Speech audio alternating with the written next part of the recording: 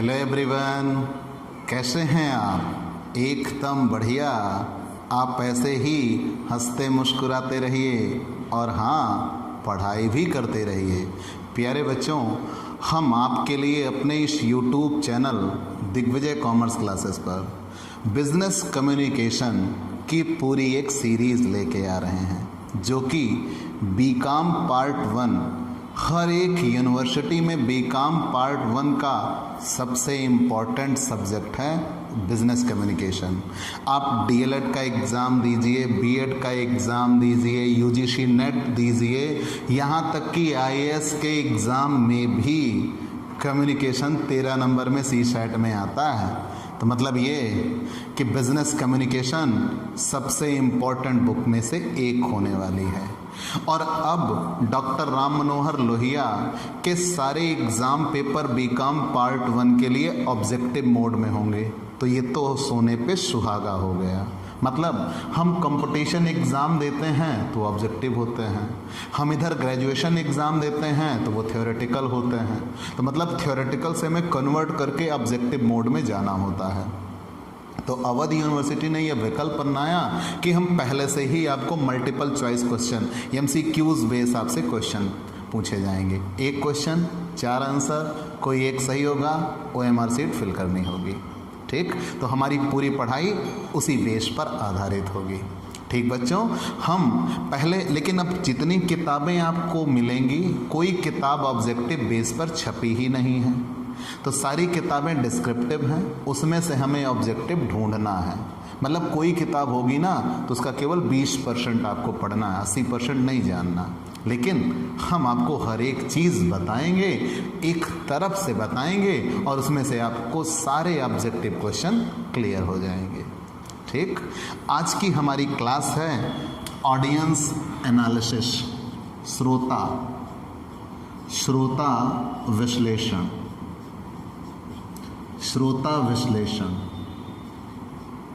ठीक, audience analysis. जब कभी आपसे ये कहा जाए ऑडियंस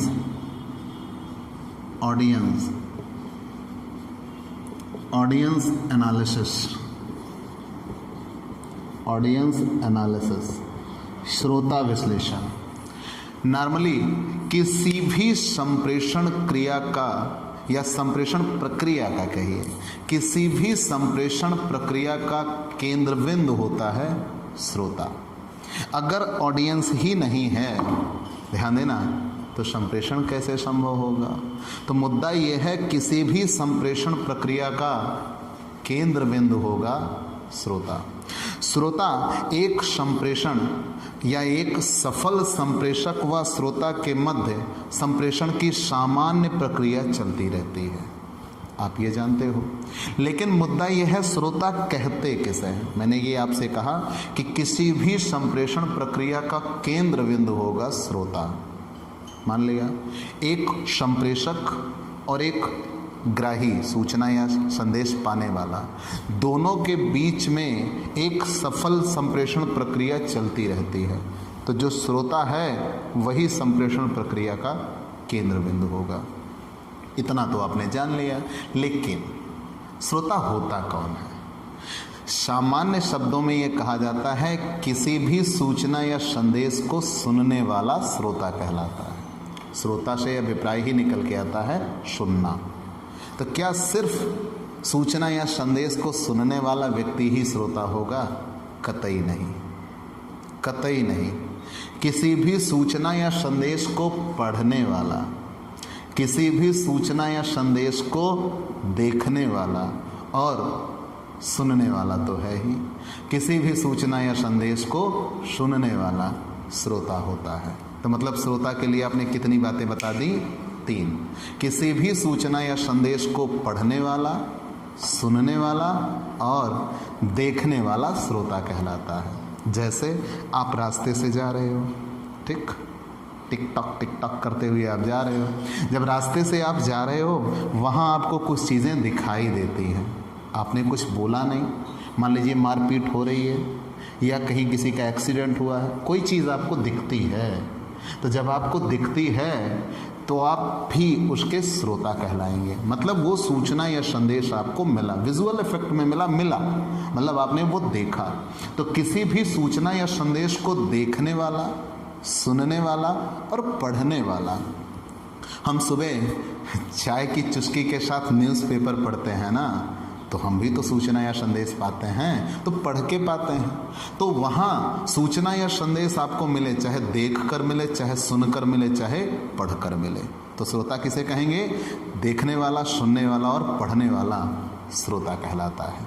चलिए ये आपने जान लिया।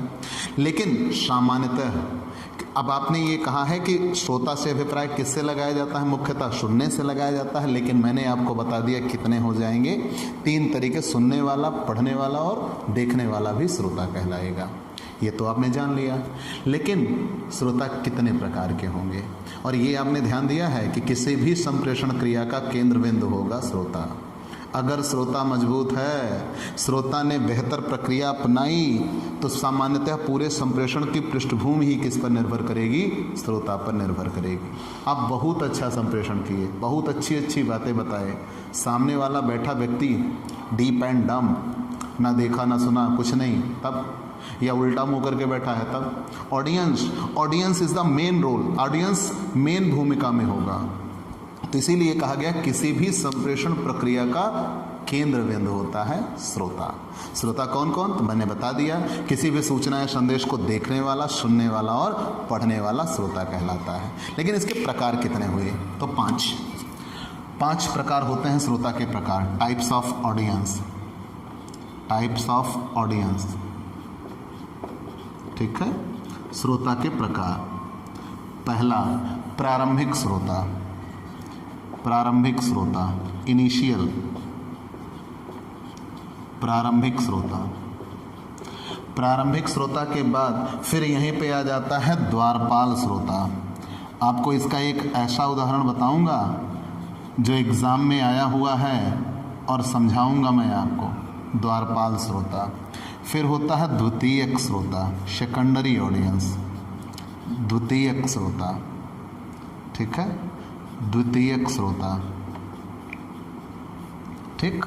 फिर उसके बाद पहले प्रारंभिक श्रोता, द्वारपाल श्रोता, यहाँ प्राथमिक श्रोता है भाई, प्राथमिक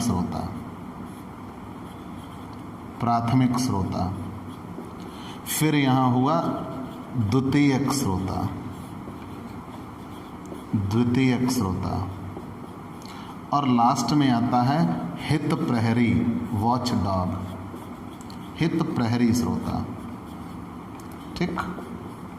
ध्यान देना, इसे इनिशियल कहेंगे, इनिशियल ऑडियंस, इसे गेटकीपर ऑडियंस कहेंगे, प्राइमरी ऑडियंस कहेंगे, सेकेंडरी ऑडियंस कहेंगे, वॉच डॉग ऑडियंस कहेंगे। कितने हो गए? 5। Initial, gatekeeper, primary, secondary and watch dog एक तरफ से आता है। प्रारंभिक श्रोता किसे कहते हैं? किसी भी व्यक्ति जो किसी भी सूचना को सबसे पहले पाता है, वही उसका प्रारंभिक श्रोता होता है। जैसे मैं ये कहता हूं कि अगर मैं किसी को सूचना या संदेश देने जा रहा हूं, तो उस सूचना या संदेश को सबसे पहले स्वयं मैंने पाया है, ठीक। तो मैं उस सूचना या संदेश के लिए क्या हुआ? प्रारंभिक श्रोता हुआ। मतलब कोई भी व्यक्ति जो सूचना या संदेश देता है ना, पहले तो वो खुद वो सूचना या संदेश पाता है, ठीक। मतलब ये कि जिस व्यक्ति के मस्तिष्क में वो सूचना या संदेश बना, मतलब जो सबसे पहले उस सूचना या संदेश को आगे बढ़ाने के लिए आएगा, वही व्यक्ति सबसे पहले उस सूचना या संदेश को पाता है, उसे ही प्रारंभिक श्रोता कहते हैं, ठीक। मतलब ये कि सर्वप्रथम ये प्राप्त करते हैं और सर्वप्रथम इस सूचना या संदेश को प्राप्त करके ये उसे अन्य व्यक्तियों तक पहुंचाने का काम करते हैं। इन्हें ही प्रारंभिक श्रोता कहा जाता है, ठीक। तो आप ऐसा भी कह सकते हो, जिसके मस्तिष्क में वो बात उत्पन्न होती है, विचार उत्पन्न होती है, वो जन जन तक इन बातों को पहुंचाएगा, ठीक। तो वो क्या कहलाएंगे? प्रारंभिक श्रोता। जैसे आपको एक उदाहरण देता हूँ, अमित शाह जी आते हैं, अमित शाह जानते हैं ना, हमारे गृह मंत्री अमित शाह जी आते हैं। वो रास्ते से जा रहे थे और उनके आगे पीछे कुछ लोगों ने बाइक लगाई। जब उनके आगे पीछे, गाड़ी के आगे पीछे थोड़ी दूर पर कुछ लोगों ने स्टंट दिखाते हुए बाइक चलाई, तो जनाब मंच पे आते हैं और कहते हैं कि हम अगर जीते, अगर हमारी सत्ता बनी, तो हम ये घोषणा करते हैं हम एक एंटी रोमियो स्क्वाड बनाएंगे। ठीक, और उस एंटी रोमियो स्क्वाड का काम ये होगा कि जितने मनचले शोहदे कह लीजिए ये टाइप के लोग होंगे तो उनको ये ज़रूर प्रताड़ित करेंगे, उनको सज़ा देने का काम करेंगे। उस एंटी रोमियो स्क्वाड का ये काम होगा। बहुत अच्छी बात थी, बहुत अच्छी बात थी, लेकिन हमारे देश में ये सही से लागू ना हो सका।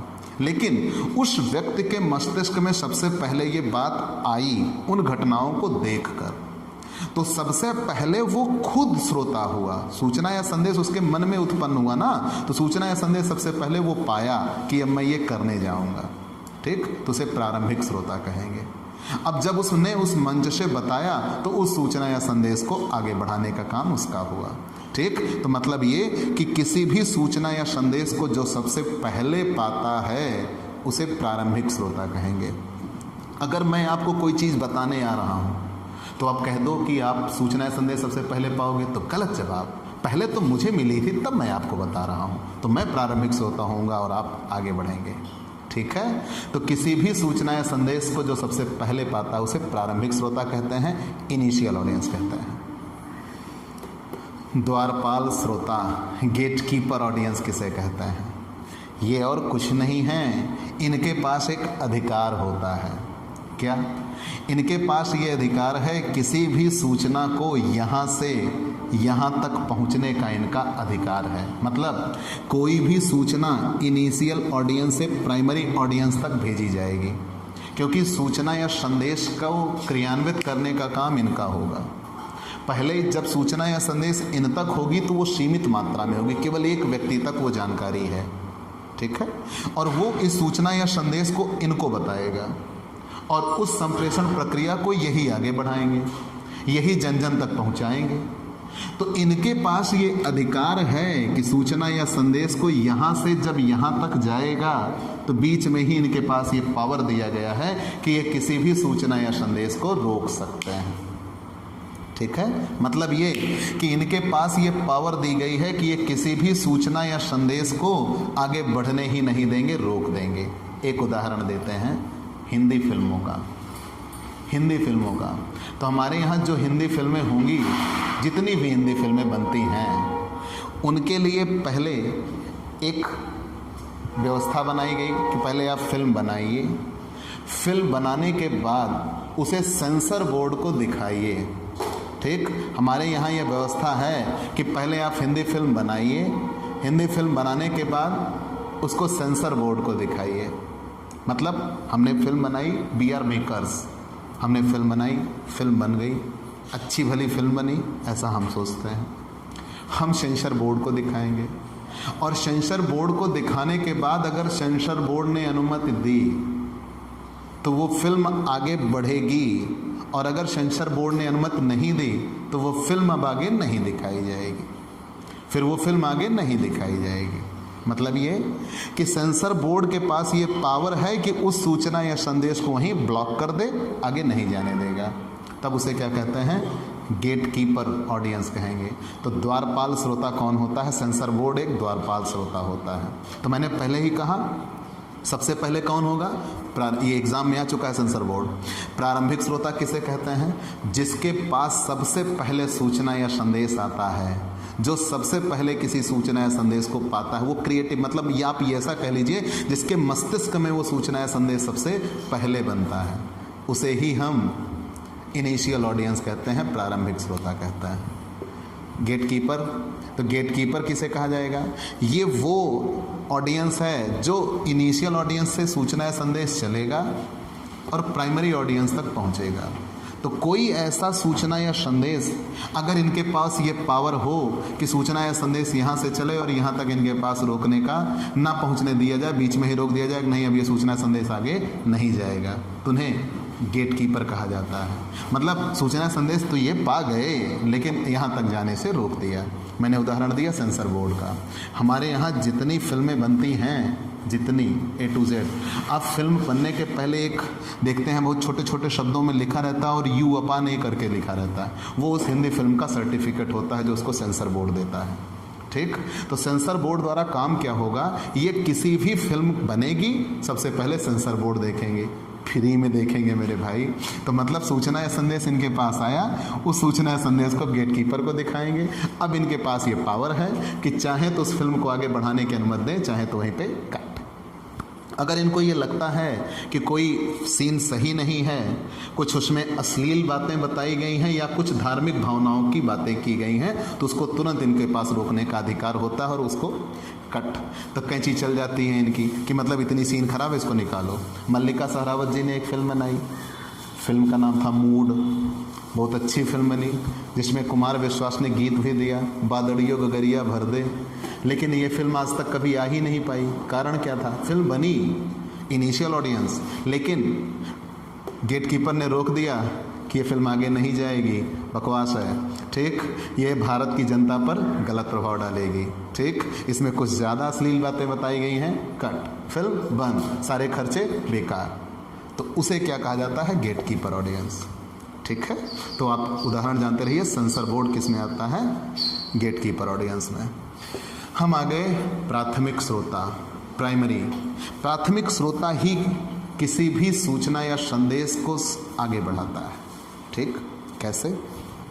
प्रारंभिक श्रोता से सूचना या संदेश इन तक पहुंचाया जाता है और ये इस सूचना या संदेश को क्रियान्वित करते हैं, आगे बढ़ाते हैं, तब उसे ही क्या कहा जाएगा, प्राथमिक श्रोता कहा जाएगा। जैसे हिंदी फिल्म का ही उदाहरण लीजिए, जब सेंसर बोर्ड से पास हो गया तो फिल्म रिलीज होगी, जब रिलीज होगी जिनको मिलेगा वो सूचना संदेश को आगे बढ़ाएंगे, तो वो क्या हो गए, प्राथमिक श्रोता। ठीक, फिर हम आगे आते हैं द्वितीयक श्रोता। प्राथमिक श्रोता से सूचना या संदेश जिनके पास पहुंचता है, जैसे मैंने कुछ किताबें पढ़ी, तो जिन्होंने ये किताब लिखी वो प्रारंभिक श्रोता थे, इनिशियल ऑडियंस थे, क्योंकि उनके मस्तिष्क में वो बातें थी, उनकी लिखी किताब मैंने पढ़ी, मैं हुआ प्राथमिक श्रोता। अब मैं वो सूचना या संदेश या ज्ञान को आपको बता रहा हूं, तो आप क्या हुए, द्वितीयक श्रोता। मतलब अब सूचना या संदेश पूरा हुआ। ठीक, तो आप किस रोल में आ जाएंगे, सेकेंडरी ऑडियंस में आ जाएंगे। हित प्रहरी श्रोता किसे कहते हैं, वॉच डॉग। इनका काम कुछ नहीं, निगाह रखना, गुप्त निगाह रखना, मुख्यतः इन पर निगाह रखते हैं। ठीक, ये किसी की प्रक्रिया अगर संदेहास्पद दिखी, किसी की कोई गतिविधि अगर डाउटफुल दिखी, तो उस पर ये एक्शन लेंगे और उसको वहीं पे रोक देंगे। इनका काम सिर्फ इतना है कि सब की क्रियाओं पर गुप्त निगाह बनाए रखना। अगर किसी की प्रक्रिया कहीं से डाउटफुल दिखती है तो उसको रोक देते हैं। तो ऑडियंस कितने प्रकार की मिल गई आपको, 5। प्रारंभिक, जिनके पास सबसे पहले सूचना या संदेश पहुंचता है, जो किसी भी सूचना या संदेश को सबसे पहले पाते हैं। द्वारपाल, जिनके पास ये अधिकार है कि सूचना या संदेश प्रारंभिक श्रोता से प्राथमिक श्रोता तक ना पहुंचने दें। प्राथमिक श्रोता किसे कहेंगे, जो किसी भी सूचना या संदेश को अब आगे बढ़ाएंगे, उन्हें ही प्राथमिक श्रोता कहते हैं। प्राथमिक श्रोता से सूचना या संदेश जिसको दिया जाता है उसे क्या कहते हैं, द्वितीयक श्रोता कहते हैं। ठीक, और इतना जानने के बाद हित प्रहरी, ये इन दोनों प्राथमिक और द्वितीयक पर गुप्त निगाह रखते हैं, कुछ बोलेंगे नहीं, जिनकी क्रिया संदेहास्पद दिखेगी उनको ही रोकेंगे, अन्यथा नहीं रोकेंगे। इन्हें वॉच डॉग कहा जाता है। ठीक है, ऑडियंस के बारे में तो इतनी ही बातें आपको जाननी हैं, लेकिन कुछ और हमने ये सारे ऑब्जेक्टिव बातों के मद्देनज़र बातें जान ली। अगर आपसे ये पूछा जाए श्रोता विश्लेषण कितने प्रकार का होगा, तो आप बता दीजिएगा 5 प्रकार के होंगे। कौन कौन से होंगे वो बता दिया, उनकी हमने डेफिनेशन भी आपको समझा दी, उम्मीद है आपको आ गया होगा। हम आते हैं श्रोता विश्लेषण के विभिन्न चरण, कि जब हम ऑडियंस एनालिसिस करेंगे ना तो कैसे करेंगे। मान लीजिए आप कहीं भाषण देने के लिए जा रहे हैं, तो सबसे पहले आप सामने वाले व्यक्ति का ऑडियंस एनालिसिस करिएगा कि आपके सामने कौन आएगा। जैसे नेता आते हैं ना, हाँ जी, हमारे यहाँ आए थे भी एक, नाम नहीं लेंगे इस मंच पे। उन्होंने कहा, दादी जी चाय पीती हैं ना? हाँ बिटिया। तो बहुत खुश हो गए। फिर कहीं चीनी महंगी है क्या? बहुत महंगी है, 40 रुपये 42 रुपये मिलती है। तो उन्होंने कहा, हम जीतेंगे चुनाव तो 13 रुपये में चीनी आपको दी जाएगी। कसम से मैं भी इंतज़ार कर रहा हूँ 13 में हो जाए, आज तक ना हुई, लेकिन ताली तो उस दिन मैंने भी पीटी थी। ठीक, तो मतलब ये कि उस नेता ने हमारी मनोदशा को परखा, हम उससे सुनना क्या चाहते हैं वो हमें वही सुना के गया, और हम ना चाहते हुए भी उसकी भावनाओं में आए और उसकी बातों को हमने सच माना। ये होता है ऑडियंस एनालिसिस। मतलब आप सामने बैठे व्यक्ति के बारे में पहले परखें, जानें कि वो चाहता क्या है। सबसे पहले जब ऑडियंस एनालिसिस करेंगे तो आप उनके श्रोताओं के विभिन्न आकार संरचना संबंधी आपको जानकारी मिलती है। कम श्रोता आपके सामने हैं, ज़्यादा श्रोता हैं, किस प्रकार का श्रोता है, आपको इसका ज्ञान होता है। जैसे अगर आपको मैं किसी सेमिनार में लेके जाऊं, आपको खड़ा कर दूं कि चलो बोलो, आपको सब्जेक्ट नहीं पता तो क्या बोलिएगा? चलो सब्जेक्ट पता है, आपको ये नहीं पता है कि सामने कॉमर्स के व्यक्ति बैठे हैं और आप साइंस बताना शुरू करिए, क्या पल्ले पड़ेगा? कुछ नहीं, भगा दिए जाओगे। मतलब ये है कि आपको सबसे पहले ऑडियंस एनालिसिस का पता होना चाहिए। तो पहला स्टेप क्या होता है? श्रोता के आकार व संरचना संबंधी जानकारी होना। दूसरा, प्रारंभिक श्रोता प्राथमिक श्रोता संबंधी ज्ञान होना, कि प्रारंभिक श्रोता सूचना या संदेश किसको देगा? प्राथमिक श्रोता को देगा। तो सबसे पहले हमें प्राथमिक श्रोता का ज्ञान होना चाहिए। ठीक, फिर अगली बात, श्रोता की संभावित प्रतिक्रिया क्या आ सकती है। मतलब अगर आप किसी श्रोता को कोई सूचना या संदेश देते हो तो वो उस पर रिएक्ट क्या करेगा, आपको ये पता होना चाहिए। अगर आप सामने वाले का रिएक्शन जानते हो तो आप एंटी रिएक्शन से सदैव बचे रहेंगे। जैसे अगर आप कोई बात बोलोगे और सामने वाले के मन में वो ठेस पहुंचाएगी तो आप सदैव उस बात को बोलने से बचेंगे। तो मतलब ये कि आप जो बोलोगे सामने वाला उस पर क्या रिएक्ट करेगा, आप ये पहले पता लगा लीजिए। तब आप सदैव, मैंने अभी नेता का उदाहरण दिया ना, उन्हें पता था कि मैं ऐसी बातें बोल के हम जाएंगे तो ये हमारी बातों में आएंगे, उन्होंने वही बोला। ठीक है, आगे बढ़ जाते हैं। श्रोता की संभावित प्रतिक्रिया का ज्ञान हो जाने के बाद श्रोताओं के विवेक स्तर या जानकारी का ज्ञान होना। सामान्यतया हम अगर श्रोता विश्लेषण किए होंगे तो हमें ये पता होगा हमारे सामने जो ऑडियंस बैठी है उसका IQ लेवल क्या है, विवेक स्तर क्या है। अगर वो टॉप लेवल का ज्ञान लेके बैठा, जैसे आप IIM में जाइए, आप बीटेक के स्टूडेंट को बताने जाइए, तो वो उस कल्चर से आ रहे होते हैं कि उन्हें वो सारी चीज़ें बैकग्राउंड पता होती हैं। अब कोई 12th पास आउट हो, आप उसको समझाइए तो वहाँ आपको ज़्यादा मेहनत करनी होगी। तो आपको श्रोता विश्लेषण में ये पता होना चाहिए कि हमारे सामने बैठा व्यक्ति किस IQ लेवल का है और हमें उसे कितना बताना है। अब अगर मान लीजिए वो उस बैकग्राउंड से आ रहा है, उसको पहले से चीज़ें पता हैं और आप उसे वही चीज़ें बताना शुरू करोगे तो इसके लिए वो क्या हो जाएगा? नीरस हो जाएगा। ठीक है, अब कोई BCom पास आउट व्यक्ति आप उसको डेबिट क्रेडिट समझाना शुरू करिए तो उसके लिए तो चीज़ें नहीं तो हैं, होंगी नहीं। उस चीज़ को आगे बढ़ाइए तो बात समझ में आती है। तो इससे संबंधित श्रोता की सूचना या आवश्यकता को संतुष्ट करना, जो उसकी सूचना चाहिए, जो उसकी आवश्यकता है, आप उसको सूचित करिए, तब वो संतुष्ट होगा। तो ये सारी बातें आपको मिल जाएंगी श्रोता विश्लेषण के विभिन्न चरण में। तो आपको ये क्लास कैसी लगी हमें ज़रूर बताइएगा। लाइक और कमेंट का इंतज़ार रहेगा। आप हमसे पेड क्लास लीजिए। पेड क्लास पाने के लिए हमारे व्हाट्सएप नंबर 9984358237 पर व्हाट्सएप करिए, मैसेज करिए, पेड क्लास की पूरी जानकारी दे दी जाएगी। तो अगर आप नए जुड़े हैं तो सबसे पहले चैनल को सब्सक्राइब करिए, शेयर करिए, बेल आइकन दबाइए। तो चलते हैं दोस्तों, बाय बाय दोस्तों।